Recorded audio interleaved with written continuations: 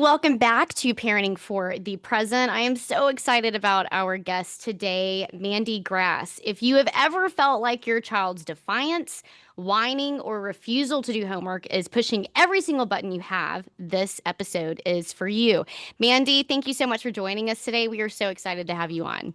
Thank you so much for having me. I'm looking forward to it. Can you tell us a little bit about what you do? Sure. So I have a company called the Family Behaviorist, and I work with parents to understand behavior.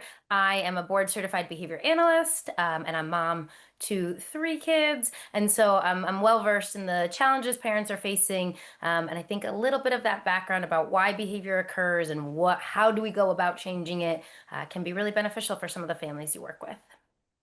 You Mandy, I, often I have a question. Sorry, Eva, to cut you off, but what the heck is a board certified behavior analyst, and Sure. what is a parent coach? Because I Uh, probably need both. Just Okay, well, so asking first for of a all, friend. Just a asking for a parent friend. coach is a completely made up term. So I fully understand that I am part of the bane of the existence that is Instagram, feeding you tons of parenting content. So I apologize for that. But there is no sort of classification for parent coach. So when you're on Instagram, it might be a psychologist, it might be a social worker, it might be somebody who took a 40-hour course. So when you are listening to a quote unquote parent coach, really figure out what their background is. I am a board certified behavior analyst, so I have a background in special education. It's a master's beyond that degree. And the way I got into behavior analysis, I was working as a teacher at an outplacement school for children with autism. And I had a student look me in the eyes and spit on the floor. And I was like, oh no, clean that up. Absolutely not. And everybody yelled at me. And I was like, excuse me. And they were like, this is an attention maintained behavior. We're not responding. That behavior went away in 3 days. And I was like, what is this? This is the opposite of everything I've ever known. I need to learn what this is. So that was my trajectory in terms of behavior analysis. Behavior analysts work in a variety of settings. I personally work in a public school. Um, and so I've done that for the past like 10 years. And then parent coach, as I had my own children, lots of my friends were like, what about this? And what about this? And I loved being like, let me teach you. So then when my kids were a little bit older, I was like, maybe I could like help a lot of parents do this. So that's how it was born for me. But again, take the parent coach with a grain of salt as you're inundated with information. You often say that all behavior has a function. What does that mean for parents? Sure. So that's the why. Why is this behavior occurring? So every behavior falls into one of four categories in terms of behavior analysis: attention maintained behaviors, escape maintained behaviors, access to tangibles, access to something, or an automatic or sensory behavior. So that's essential to know because when we are responding to a behavior, we need to determine the function in order to appropriately replace the behavior and to teach to that. So, for example, I was working with a family around bedtime routine, and the mom was like, he won't brush his teeth. It's escape. I'm going to make him brush his teeth. I'm going to like wait at the door. And she's like, it was 45 minutes. She was telling me that, and I was like, I think it might be attention. I said, tomorrow, what I want you to do is say, when your teeth are brushed, then we can read a book, and I want you to leave. She texted me that night and was like, it was 3 minutes. So the point there is we really need to understand the function to appropriately intervene. If the function was escape, we would like need to teach an appropriate escape or work on tolerating. But if it's attention, getting into that battle is just going to prolong it. So in order to appropriately change behavior, we need to know the appropriate function. And how do parents identify that? What are kind of like those clues for each of those categories? Because this is something that is so helpful and it really does empower the parents in what they're going to do. Really, so it's us, right? It's how are we responding? That's when it comes to behavior, we really want to look for patterns. So just like you guys, just like all the parents listening, when a behavior occurs in my house, I respond with whatever is automatically in my brain, probably what my dad did, right? But if I notice on the second or third time that that behavior is increasing, then it's coming in contact with some reinforcement. Any behavior that's existing or increasing is being reinforced. So at that point, I have to take a step back and be like, huh, how am I responding? What am I doing? What is that looking like? So for an attention maintained behavior, it could be you're doing homework and you walk out of the room for your child to do it independently and they're like, I can't do it. They really want your attention. They really want your prompt, whatever that might look like. And a good escape maintained behavior is it's time to clean up from dinner and we have a stomach ache and need to go to the bathroom every single time. We're trying to escape that demand of cleaning up. Access to something tangible. That's that kid that throws that temper tantrum in the grocery store. I know mom's going to give me that lollipop if I yell loud enough. And then automatic or sensory could be things like thumb sucking, nail biting, stimming, any of those sort of things. One caveat to all of that is it depends on the context under which the behavior is occurring. So, for example, one of my daughters is a thumb sucker. That is an automatic behavior for her. She does not even think about it. It is automatically reinforcing. However, when her younger sister comes up to me and looks at me and says, "Mom," and sticks her thumb in her mouth, that is not an automatic behavior. That Mm. is an attention-seeking behavior because she's probably seen the rate at which I respond to the other sister. So it really depends on the context. So for parents, what you're looking for is what is happening directly after the behavior. And you want to try that. So you're like, I'm going to walk away. I'm going to help. And if you see the behaviors increasing, that gives you some information that however I'm responding is reinforcing this. So great if you want it to be reinforced, not so great if you don't want it to be reinforced. Wow, it's like you know my kids when you're explaining that. Um, what is the way to respond? Because when we talk a lot about like share your calm and co-regulation, what is, from the behavioral analyst scope, how do you respond, particularly to what you define as high frequency annoying behaviors? So the biggest thing, there's a couple of things when we talk about that, but the biggest thing is replacement behavior. What do you want them to do instead? I think this is one of the things we as parents miss the most. We want to respond to behavior. We want to like punish behavior, whatever that might look like, but we forget to teach what we want them to do instead. So if my daughter would engage in like, nobody loves me. That's like, and at first, of course, I did what every parent does. I was like, of course we love you. You're so, but then as I kept responding that way, the behavior kept occurring. So I was like, this is not helpful. And so instead, what I would say to her, I was outline, it was an attention maintained behavior. I also just caveat, I don't want to teach my daughter to speak negatively to get validation, all of that. But what I started saying to her was instead of giving her attention for the negative behavior, what I said was, I can tell you're having some big feelings. Like, I will be happy to talk to you when you're ready. That got to a point where she would say, I'm ready. And this happened a while ago. So the full generalization of that was now she will say, I really feel like I need some attention. I joke that I'm on The Bachelor. My kids are like, can I have some one-on-one time with you? Can you be private? But I will take that over pouting in the corner, over, saying negative things about themselves. It's getting them to recognize they need the attention and then to advocate for that. So the replacement behavior was, hey, I need some attention in that case. I think, Mandy, a lot of parents hear behavior therapy and they think, well, I'm not going to punish my child and I'm not going to give them, sticker charts all day long. And what's nice in listening to you, I hear the connection, how important the connection is with your child. In order to connect, then you're going to be able to redirect or replace, as you say it. So can you talk a little bit about blending, an interpersonal parenting approach with kind of behavior therapy and how that works so well?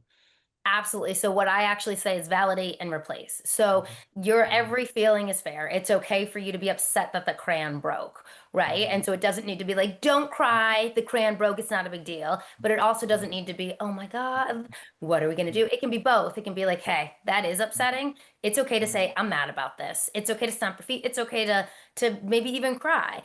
But like, chucking the crayon's not going to solve the problem. So really working on like validating the feeling, it's okay to be upset. And then what does being upset look like? And how can we teach kids appropriate ways to be upset? So it's not about negating the feelings and it's not about leaning in every single time. Again, to your point, if the broken crayon was an attention maintained behavior, perhaps, right?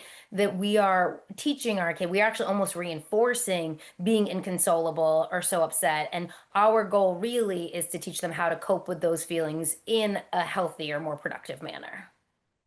Yeah, and the power of redirection and ignoring. I mean, if you think about behavior, you have ignoring, redirection, positive reinforcement, punishment. Those are kind of the basic four strategies. You may have a couple more, but ignoring and redirecting are really, really powerful tools, especially the younger the child is, that their attention spans are so short. So I think emphasizing that is really an important thing for parents to hear that, we don't have to pull out a reinforcer and we don't have to go to punishment. And that's Certainly I'm a little bit older probably than all four of you, or all three of you, but punishment is what our parents went to. I think if we go this direction, then you're going to be able to handle a lot of the mild to moderate level behaviors. There Yeah. is And that shift from punishment to problem solving, Yeah. which I think is helpful for parents to have that reframe too, so they can really change the way that they're viewing their child and their behavior and feel more equipped for it. And one of the things when we talk about ignoring, right? So our generation is like, I cannot put my child in the room and ignore them. Like, I need to process their feelings with them. And listen, I don't disagree with any of that. But what we also want to do is outline how to get that attention. So again, we operate in extremes. We're either like, I'm ignoring this and I'm walking away and leaving them alone, or like, I'm going to co-regulate and like, we're going to snuggle until we figure it out. And I think there's a middle ground of like, hey, I can tell you really need my attention right now, and just outlining how your attention is available. I was working with a family today. Their kid is having tantrums, and they're saying, when I walk away, it escalates. And from my lens, I'm like, ooh, that's really good. That tells us this is definitely attention because we're upping the ante to get the attention. And that's Mm. great because there's an easy answer for that. We're going to teach him exactly how to get your attention. So instead of walking away, or like when he says a potty word, jumping all over him, we're going to say, I can tell this is a tough moment. When you can sit on the couch, I'll be happy to talk to you about it. When you can ask for help, whatever that looks like. So we're really teaching them how to get the attention in a more appropriate manner. So Mandy, when you work with parents, what would you say for you are some of the most challenging child behaviors to kind of move past for either children or parents? What are kind of your hang up hard point behaviors? Um, so getting parents to understand tantrums, one of the things is when a parent is like, it only happens with me, right? Like school is wonderful, grandma is wonderful, it only happens with me.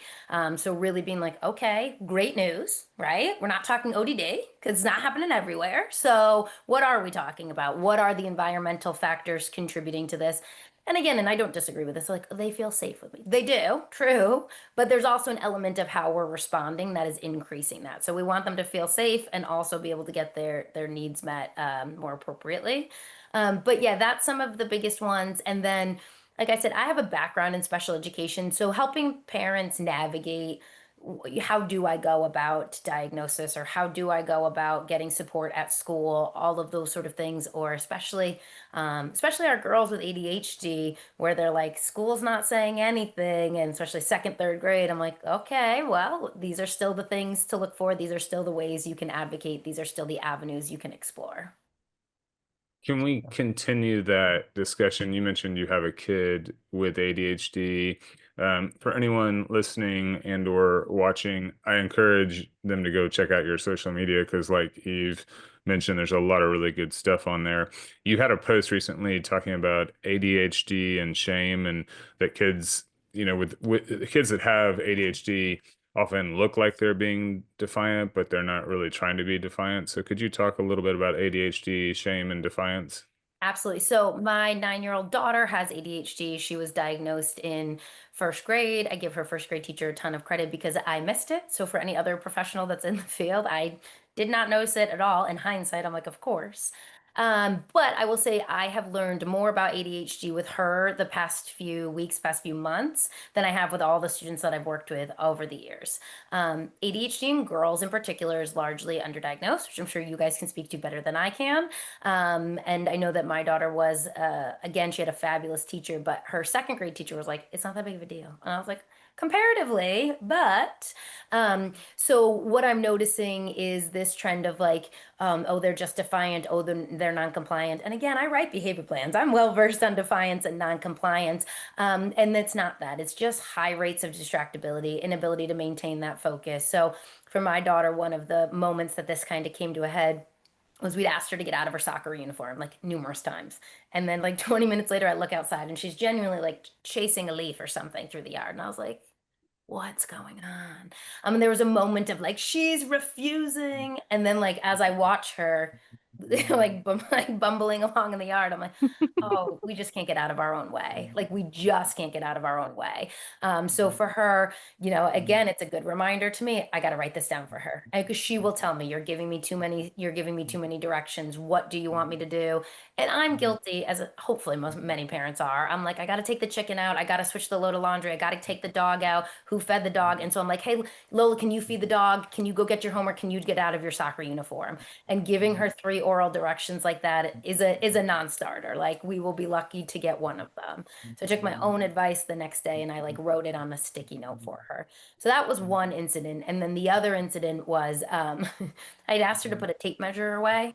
And I came inside like 5 minutes later and the tape measure is like broken. All 12 feet of it are out. And you just see this look of like, I didn't know that was going to happen. And it wasn't, you could see the like guilt and ups and shame on her face. It wasn't like, oh well, it was like, I don't know, how do I get it back? And I was like, so we can't, right? Like, and that's okay.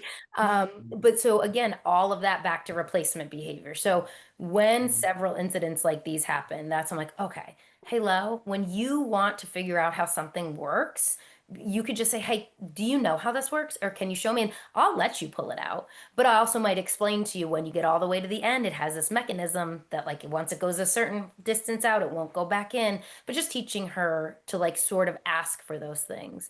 Another example is we used to have like Costco size shampoos and conditioners. And I learned very early on that Lola loves to make a potion.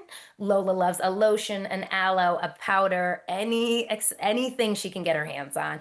And when we broke the third Costco size like pumper before we even opened the shampoo, I was like, ah. So of course my gut reaction was like, you need to stop doing that. And like trying to take away every supply. That was ineffective. So then I switched gears and we went to the dollar store and I got her what I called a science bucket. And I got her like travel sizes of all these things. And I got her travel size of vinegar and I got her a spray bottle and I got her baking soda. And I was like, this is your bucket.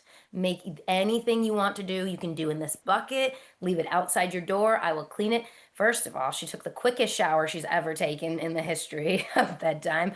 And she was like very excited about the science bucket. So giving them a way to explore some of that creativity or curiosity in an environment that doesn't elicit, why did you empty that entire thing of shampoo? What were you thinking? Can be really helpful as well.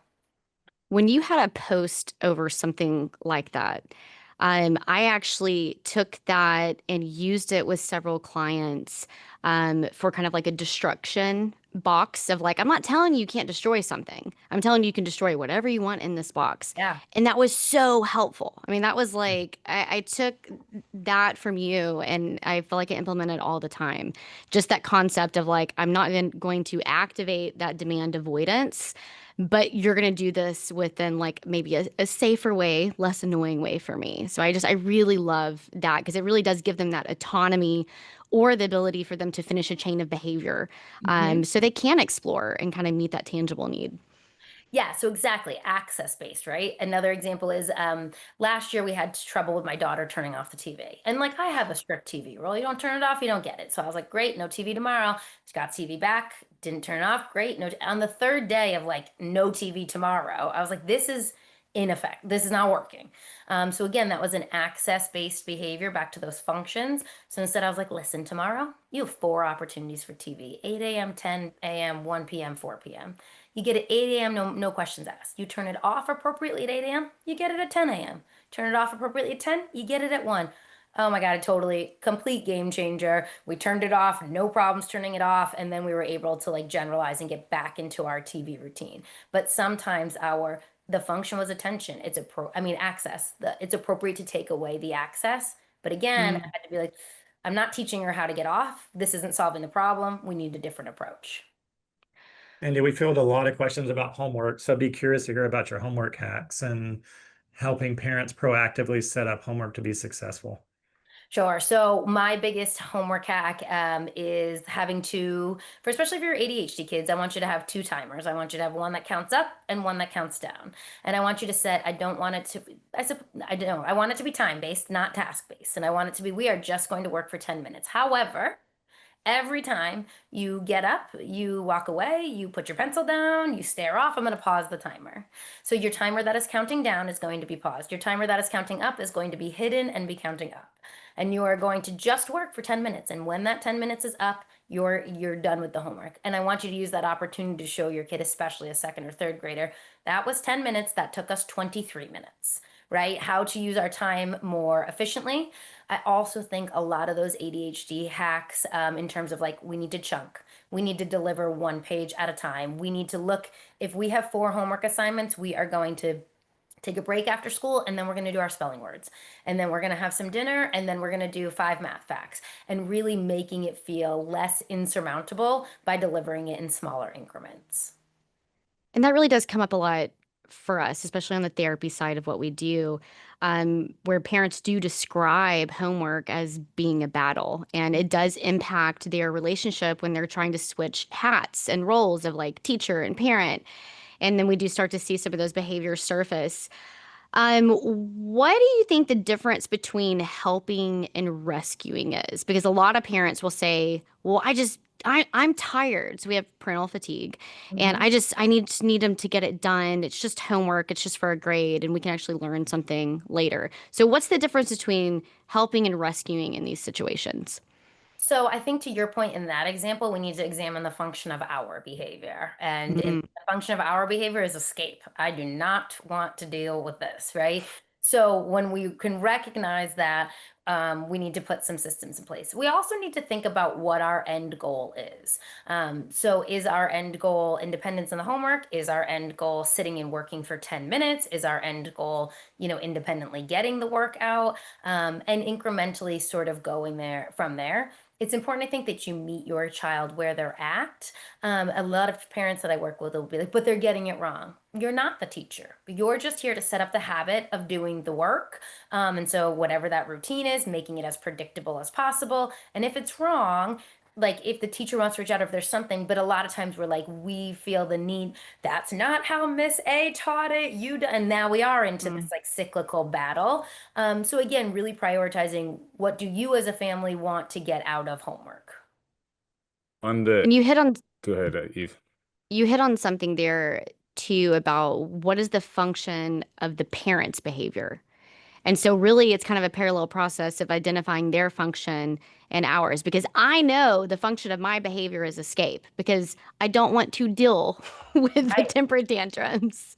So, can you talk a little bit about that as far as what is the function of most parents' behavior in their parenting journey? So two things, right? The punishment pile on when a parent is like, no TV, okay, no Xbox, okay, no snacks anymore. Not that I'm absolutely guilty of having fallen into that trap, Is but the that wrong? Just function kidding. the function, right? Is it effective? That's the question. The function of that is escape. I'm going to make this behavior stop, and I'm going to find what's going to make it stop. Usually at that point, though, your child has dug their heels in, and it's attention maintained. They're like, all right, let's keep, what else you got? What else you got? Now you've issued consequences you're not going to stick to. They know that, you know that, and now everybody's distressed. So one of my pieces of advice in that situation, especially, takes me 3 or 4 exchanges before I realize I'm totally sucked in. I'm like, is to say something along the lines of like, this is the expectation. There will be additional consequences, and removing yourself from the heat of the moment. You're still holding a boundary that there will be a consequence. You can come up with what is a realistic consequence outside of the heat of the moment, and you're not just throwing spaghetti at the wall. But you also can, escape that interaction. The other thing that's really important is mad behavior. Mad behavior is primarily attention maintained. If my kids are supposed to be in bed and I hear them jumping on their bed, I am going up those stairs heavy footed.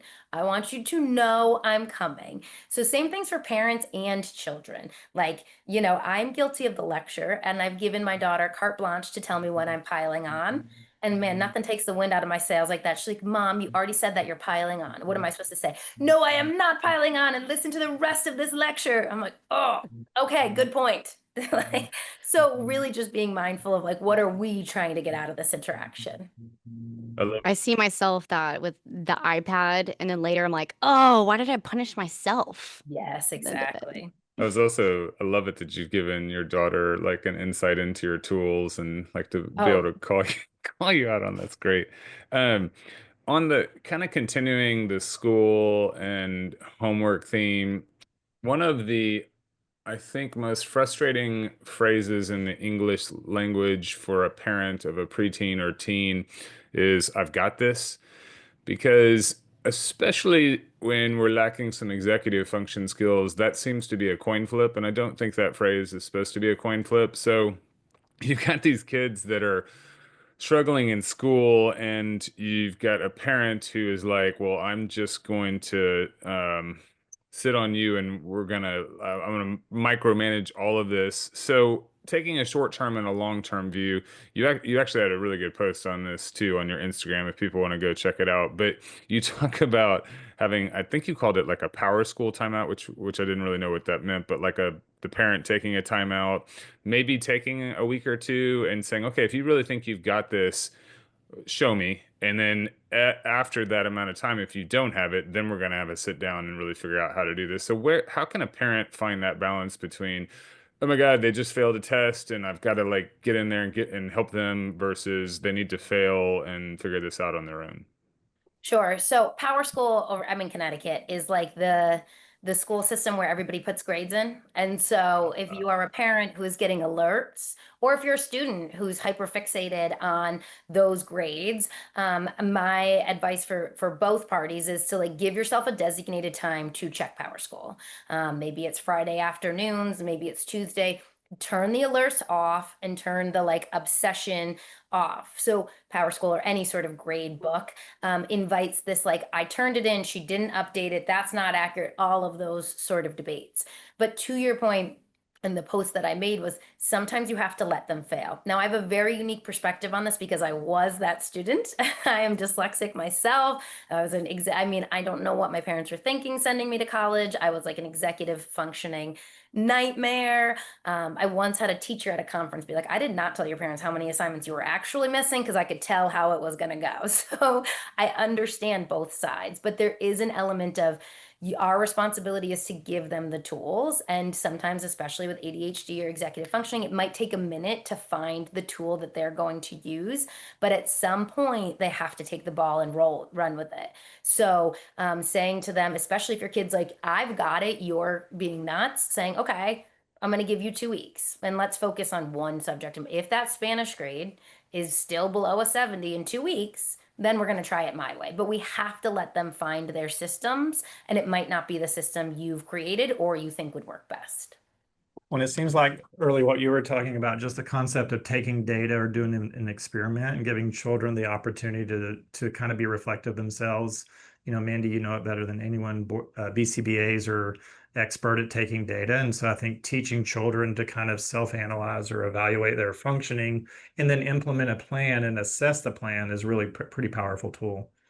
And that self-awareness, I once had a fifth grade student I observed, and I put a plan in place for him where he had to assess and the teacher had to assess. And I had like sat down with him and I read him some of the data that I'd taken about he had disruptive behavior, pretty high rates.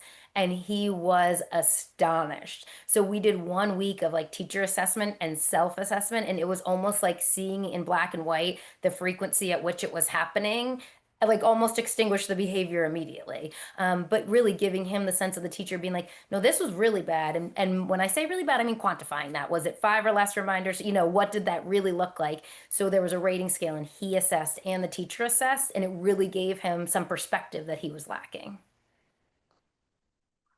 On the note of systems, something that comes up a lot from a licensed professional counselor or child therapist, there is this divide in thinking about sticker charts and reward charts. And so we'll have parents that'll say, you know, it'll work for a week and then it doesn't work anymore. Um, what are we all missing? What are your thoughts as it is so divided, It even is. with So professionals? absolutely. So a couple of things. I get a lot of like, how will that impact intrinsic motivation? And it's like, if the intrinsic motivation isn't inherently there, how do we teach it? And from my lens, we tie something external to it. When you are doing sticker charts, there are incredibly effective and ineffective ways to do it. I personally advocate for using intermittent reinforcement. Intermittent reinforcement is the strongest form of reinforcement, and it is the easiest reinforcement to fade. We also need to remember to fade. So for example, my daughters were having like rough mornings. Like we weren't getting out of bed, everything. So went to the dollar store and picked 5 items under a dollar. They lived on the counter. And if you were up and dressed before 7 a.m., you got those items. We did that for 1 week. The next week was if you did 3 out of 5 days, and the next week it was gone. So it was super intentional about resetting sort of our systems. Somebody had sent me a DM today, that somebody was saying, if you only praise your children, you're basically teaching them when you don't praise them that they're terrible. And so I sort of said to her, first of all, let's look at the credentials of that. And second of all, when your boss says to you, hey, you did a great job on that report, do you go home and say, oh my God, he thinks I'm terrible all the time? You go home and you're like, I did a good job on that report, right? And there is this element of like, we don't reward expected behavior. Well, we're real quick to punish unexpected behavior, right? There's Hmm. two ways to change behavior: reinforcement and punishment. Punishment decreases, reinforcement increases. It's equally effective to reinforce the behavior you want to see more of as it is to punish the behavior you want to decrease. Remember, any behavior trying to decrease should have a replacement behavior. So you can always find a way to reinforce. What are some examples of those replacement behaviors? So for let's say home-based behaviors, if my I was working with a family where the boys were like wrestling all the time. So the replacement behavior was asking for designated time to wrestle with time limits. The replacement behavior for escape maintained behavior could be asking for a break. My daughter won't answer when I call her name. She was like, I would call her name, I call her name. She's like, I didn't hear you. I was like, you heard me. And so I was like, why? And she goes, if I answer you, you're going to make me stop what I'm doing. She was ignoring me to escape my demand. So a good replacement behavior was, we came up with, if you answer me, I will do my best to let you continue. So saying, can I have 1 more minute? Can I have some space, please? The replacement behavior has to access the same function as the behavior you're trying to decrease. And for our listeners, Mandy has on her website a great sticker chart printout, right? Yeah, In your resources. very fancy Word Very- documents with like but it's lots very of time and helpful. effort. I really enjoyed the packet that you can buy, and I feel like you just lay it out very clearly, and I found it very, very helpful and it was just easy to kind of implement and digest. So you also said something about siblings. We get that a lot too. My kids are driving me crazy. All they do is fight. Walk us through that. What would that look like for a parent to say, I can't do this anymore. My kids they're literally killing each other. Help. Yeah, that was me this summer. And I implemented a group contingency. So I have 3 children. And so instead of each kid earning individually, which for the record they do have, which can lead to some more conflict, we worked on everybody earning together. So they were earning for the absence of fighting. They were earning for being kind. They were earning for, whatever, helping the little one, whatever that might look like. So you can do that. I also have like a 3-prong approach to sibling conflict that we work on. Where like one, you need to tell the person to stop. I'm raising girls, you need to say no. You don't like something, you need to say no. And out of that, there's an opportunity for both kids to be reinforced. One, the one advocating to say no, and the other one saying, respecting that. Because a lot of times there can be like a victim perpetrator mentality with siblings, and the one being reinforced tends to always be the victim. So if they were to advocate for themselves and the other one were to respect that, that would be an opportunity for reinforcement. But they have to say no, walk away. Obviously, this one's a little bit contingent on the situation. And then the third one is ask an adult for help. So really working on how to advocate for yourself and how to take ownership in that situation. Those are a couple of the things that I advocate for. I'm glad you defined that because when you said, I could just see you going to your kids, okay, guys, we're going to do a group contingency here. And so I was like, everyone here are the working together. I love it. pom poms. Let me explain. Yes. Yeah, that's fantastic. You had the other thing, you had a post on 5 things I would tell you if I wasn't afraid to hurt your feelings, which I thought was great. The fifth one was every behavior has a function, which you've kind of talked about. Can you hit on what you think maybe of the other 4 people need to hear about that might hurt our feelings slightly as parents, but we still need to hear? Yeah, I have a growing list. I have a second post that I'm ready to do. All right. So the first one Can is we get a that preview? yeah, let's Okay. see. I have it in my notes. Let's see here. So the first one is that it's us, right? Like we play an active role in this behavior and how we're responding or what that might look like. What do you mean it's me? Why are you blaming me? So right, so we want to be like my kid does this, right? And I walk away and then he throws a shoe. I'm like, the other one that really bothers me is it happened out of nowhere. I can promise you it didn't happen out of nowhere. Now, like I'm not negating events that we can't see. I do understand all of that, but like I'm telling you there's an antecedent. I promise you, let's like really look at what's happening. Um, You oh, did a really nice job on that. It's you, it's me, it's us, like owning that we all ah, we're all making mistakes and trying to figure it out too. a big part of my platform is that it's that I screw it up. And I had somebody this week be like, "You're a parenting expert and you can't even get it." And I was like, "That's true." So here's the thing: all these behaviors occur, and we have to look for patterns. So there might be a one-off, and I'm like, don't do that, and it never happens again. Great, good job. But when this keeps happening or something keeps occurring, then I like take mom hat off and put behavior analyst hat on like how do I want to change this. So I think that that's important, just knowing what our role is in. And again, as we sort of touched on this earlier, the pendulum I feel like has swung too far. I was working with a parent today and I will give her so much credit. She was incredibly self-aware, but her 10-year-old had a phone and had carte blanche of the phone and carte blanche of technology. And she was like, but you don't understand, like my mom let, and I was like, I hear you. And I said exactly what you said earlier, like it's not your job to be her best friend. And I promise you, she wants some parameters on this. Um, Another myth is like, or another, if I don't want to hurt it's going to get worse, right? It's absolutely going to get worse before it gets better. It's called an extinction burst, but you're changing how you're responding. If you are working with your 11-year-old child who is a picky eater and you have made him pasta every single day because it was easier and you decide I'm going to implement something different, it's going to get worse. And you're going to call me and be like, why did I work with you? It's worse. I tell parents a lot of times if I'm working with them with sleep, you're not allowed to call me for 6 days. I once had a parent send me data from every single day and she wrote, day 6, you were right, went to bed immediately. And so it's like, you have to commit to that. A parent I was working with yesterday was doing sleep and she's like, I've tried that for a week. And I said, during that week, was it getting better? Was it getting less and less? And she said, yeah. I said, okay, but then you got to stick with it, right? So we want behavior change to be a magic wand. We want to be like, I implemented this and he never said a potty word ever again. And that's not how it works. I think we need to be mindful about how we're measuring behavior change and what our ultimate goal is.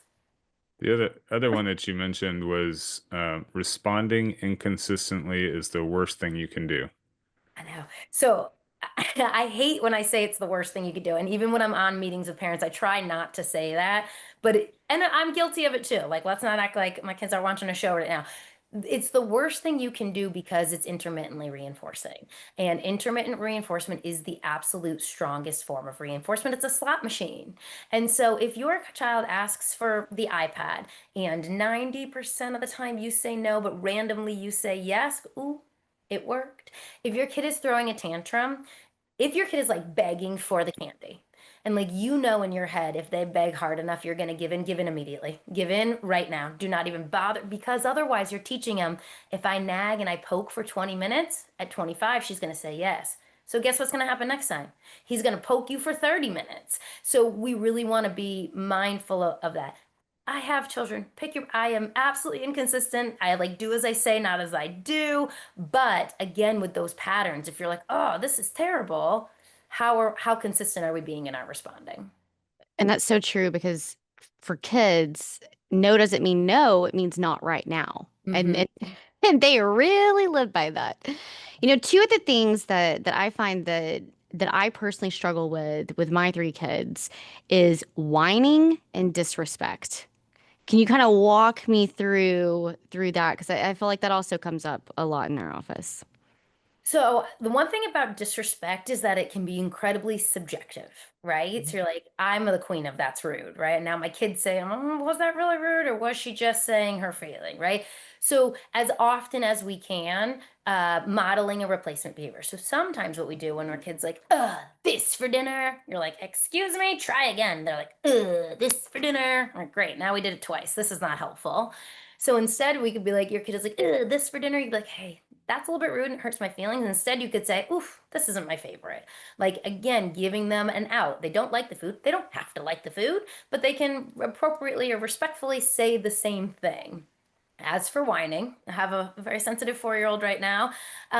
We want to give that replacement behavior. Whining often gets their needs met because, again, the function of our behavior, I do not want to hear that for one more second. I will open the ice cream for you. I will tell you this area takes the most amount of patience. So Marley, my 4-year-old, open it, open it. I'm like, Mommy, will you open it, please? And it's called errorless modeling. I'm not going to say, try again. That's not how we say it. I'm going to tell her exactly how to say it. There's no reason she won't be able to do it. Mommy, can you help me, please? Whining is often access based. And when it's access based, we have the ability to withhold access contingent on requesting. So we just want to teach them, I have no problem opening your ice cream. You could just say, could you open my ice cream, please? And along those lines, we talk about replacing and then tolerating. So if you have a child that is whining every single night for the pink cup, I might start by saying, can I have the pink cup, please? And then they're going to ask for the pink cup. And that's amazing. And then somebody's going to tell me, well, she can't have the pink cup all the time. And I don't disagree, she can't. So now we have to incrementally work on that. So first, we replace the whining with requesting. And now we're going to work on, at first you can have some water in the blue cup and then you can have milk in the pink cup.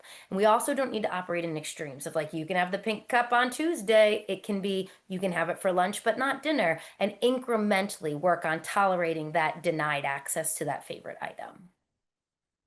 That's good. I like that. So I guess, Mandy, as we get towards the end of the episode and our time together, this has been an amazing conversation. What would you say to the listeners about maybe 2 or 3 takeaways, things that they could put into action in their family and life? And like you said, what'd you say? Do Do as as I I say, not as say. I Yeah, do. yeah, exactly. Yeah, so some of my biggest takeaways for parents are to be really mindful of the function. Why is this behavior occurring? And then once you determine that, what do you want them to do instead?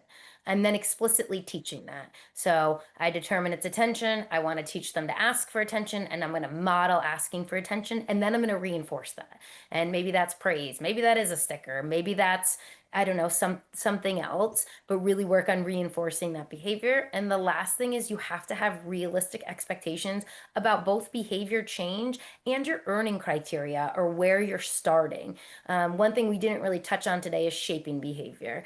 Behavior change is most often shaped, meaning what is the first step I want to take towards where I want to ultimately go? Just like the replacing whining with requesting, that's the first step. That's not the catch-all forever. That's the first step. And then we take the next step. That was really good. Thank you. The other thing we didn't really touch on, and I wonder if you have just some advice on,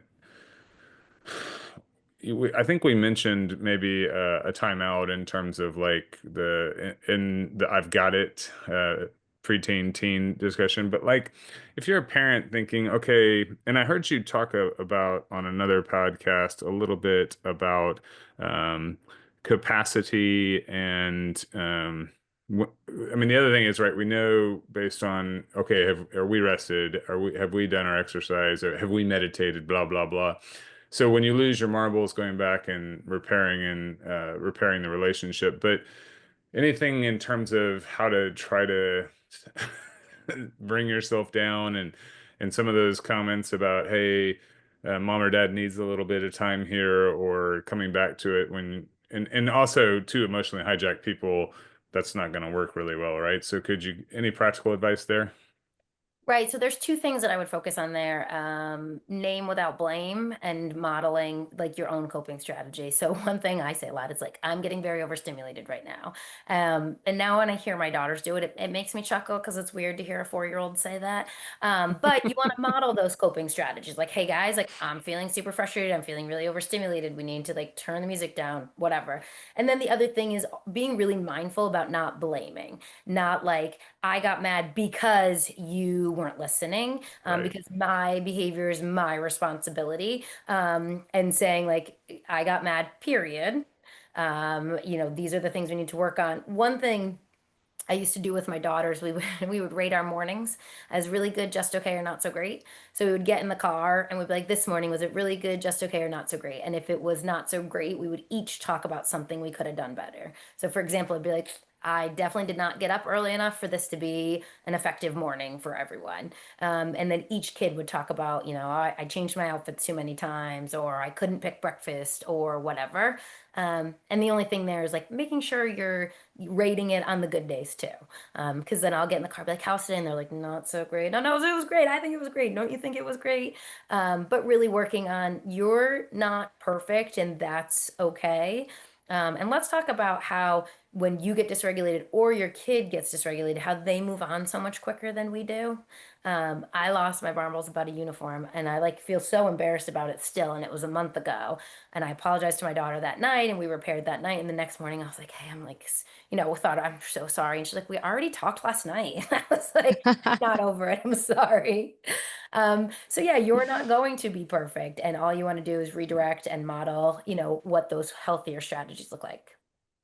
What are some of the current parenting advice that's like really popular on Instagram or parenting hacks that just has you shaking your head?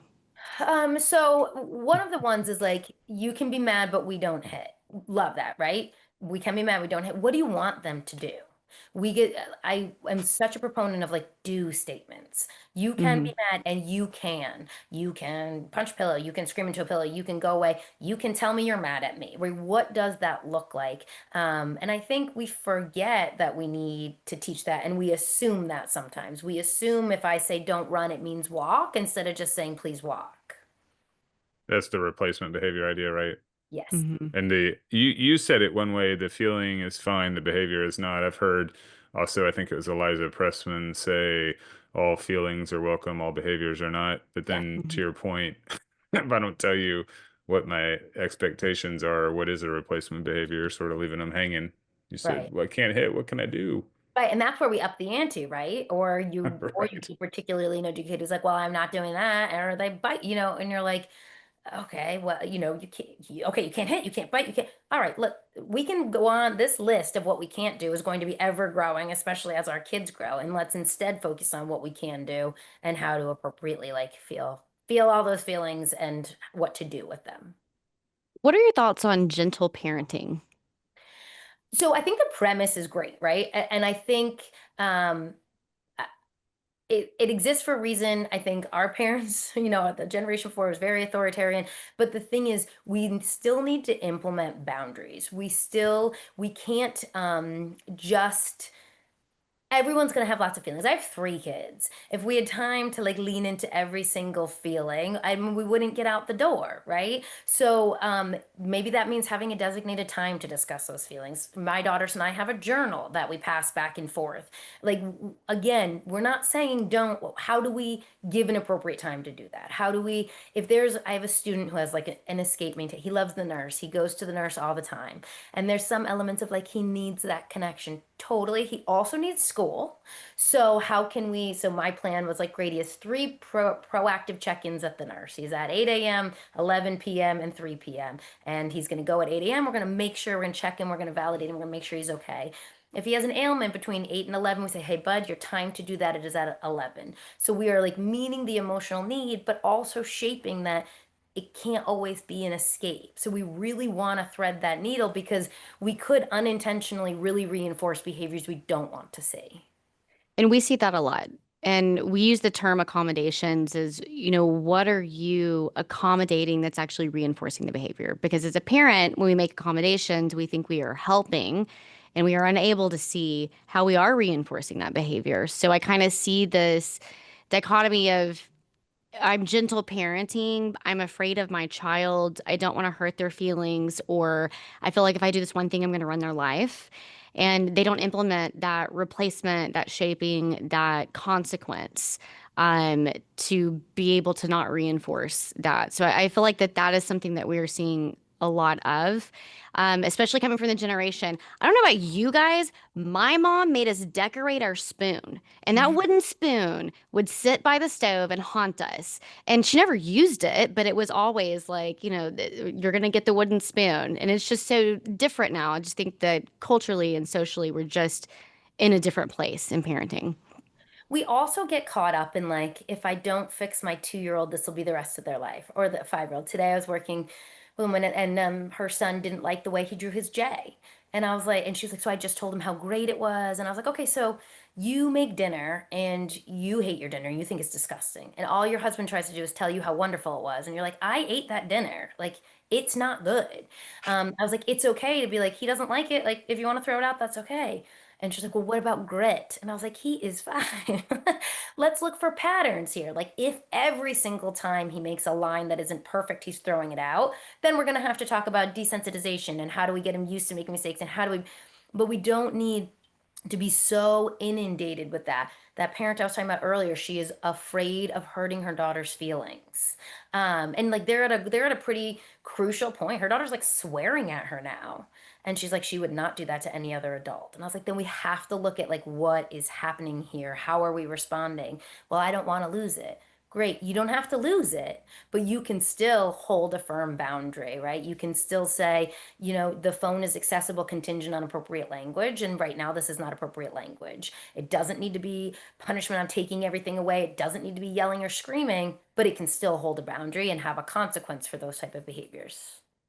I think that's hard to remember sometimes that boundaries keep kids safe, even when they're pushing back on them. Hmm. Mandy, thank you so much for joining us today. Your insights on ADHD, defiance, understanding the why behind behaviors. It reminds us that every child's actions are a form of communication.